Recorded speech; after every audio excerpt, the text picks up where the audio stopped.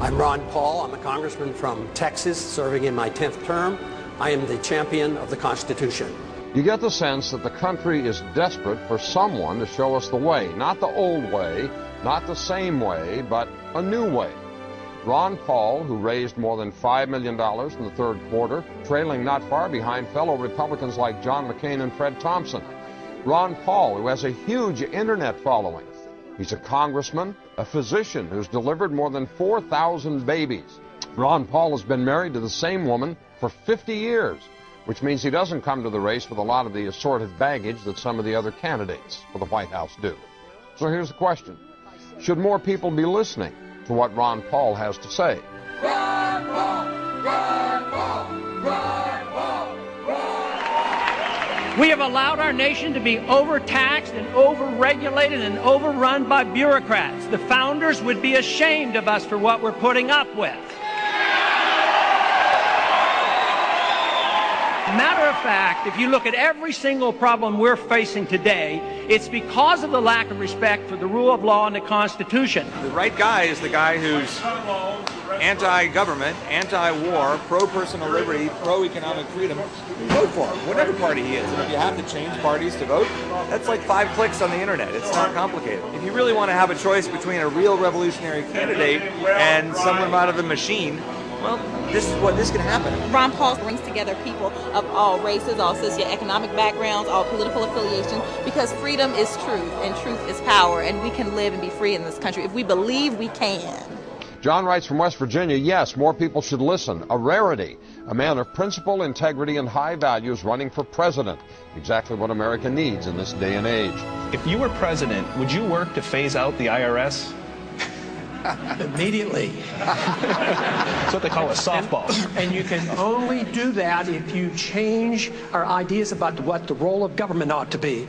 If you think the government has to take care of us from cradle to grave, and if you think our government should police the world and spend hundreds of billions of dollars on a foreign policy that we cannot manage, you can't get rid of the IRS. But if you want to lower taxes, and if you want the government to quit printing the money to come up with shortfall and cause all the inflation, you have to change policy. Congressman Ron Paul, you appear to have consistent, principled integrity. Americans don't usually go for that. 1,500 people packed into the War Memorial Auditorium to see Paul speak. The Republican is making waves for his anti-war limited government positions. This is just a small example of the types of things that are happening really across the country. Why are you resonating with people out there? Is it because of your opposition to the war in Iraq? I think that's part of it. I think the message obviously is popular enough. They say, yes, we like the ideas of freedom, the Constitution, limited government, less taxes.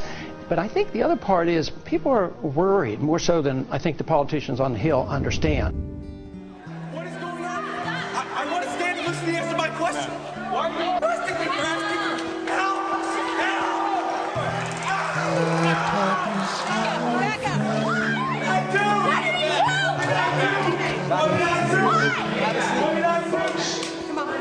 Because a vision softly creeping left its seeds while I was sleeping, and the vision that was planted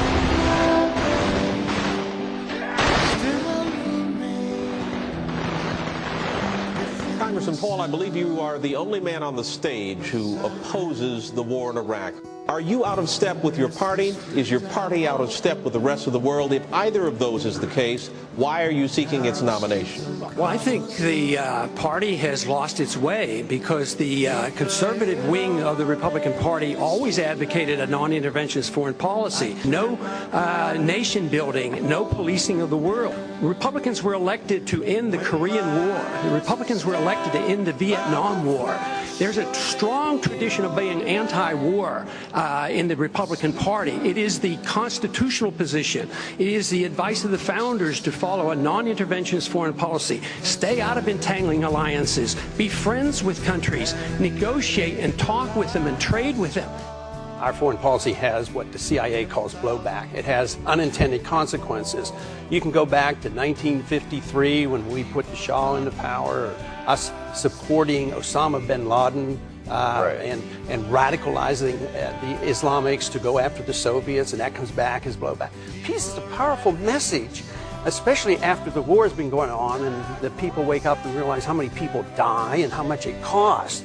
Logic tells us that we can make a better world in a much easier way than causing wars. You just never heard this logic from someone who's actually going to run the country. Said I did not know. Silence like a cancer grows. Hear my words that I might teach you. Take my arms that I might reach out to you. But my words like the freedom message brings us together. It doesn't divide us. I believe that when we overdo our military aggressiveness, what it does, it actually weakens our national defense. I mean, we stood up to the Soviets. They had 40,000 nuclear weapons. Now we're fretting day in and day night about third world countries that have no army, navy, or air force, and we're getting ready to go to war. Ron Paul says to a lot of people eager to hear this message, you can be anti-war and be a conservative. In fact, he says, if you're a real small government conservative, you have to be anti-war. His message is resonating, including, interestingly enough, from soldiers.